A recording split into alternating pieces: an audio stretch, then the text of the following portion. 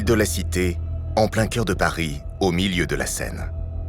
C'est ici, au VIe siècle, le début du Moyen-Âge, que les rois décident d'installer leur palais. La ville est en plein développement, protégée par le fleuve et au croisement des deux axes de circulation majeurs, un lieu stratégique. Au XIe siècle, la cathédrale Notre-Dame est en construction sur un côté de l'île. C'est l'un des chantiers les plus importants de l'époque. Le palais des rois doit s'imposer.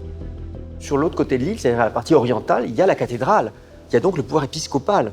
Donc le roi a tout intérêt à manifester son pouvoir sur le pôle opposé de l'île de la Cité face au pouvoir religieux.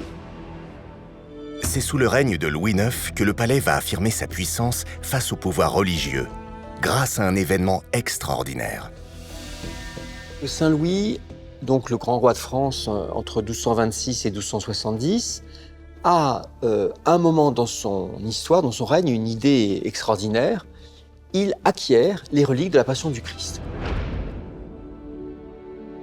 Il a fait un coup, littéralement politique et religieux, en fait, en acquérant les plus riches, plus précieuses, plus extraordinaires reliques de la chrétienté.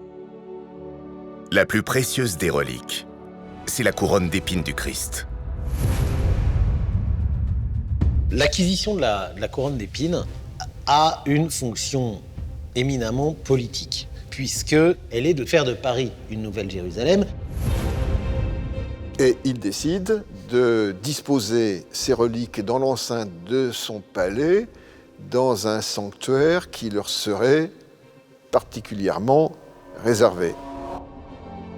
Pour la couronne d'épines, Louis IX veut construire une chapelle encore unique pour l'époque. Il veut qu'elle soit la plus haute, la plus lumineuse et la plus spacieuse. Et surtout, il veut qu'elle ait une forme spéciale. Il souhaite qu'elle ressemble à une boîte qui renferme habituellement les précieuses reliques, un reliquaire. Louis IX veut monumentaliser absolument le reliquaire et en faire un reliquaire presque posé dans la ville, un reliquaire de pierre.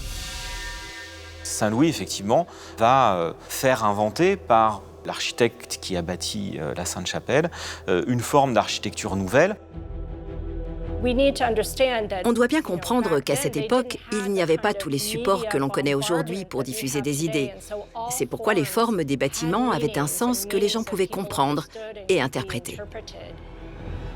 La Sainte-Chapelle sera donc un reliquaire de pierre. Sa construction commence aux alentours de 1242. La chapelle doit être aussi haute que les tours de Notre-Dame, qui culminent à plus de 40 mètres au-dessus du sol.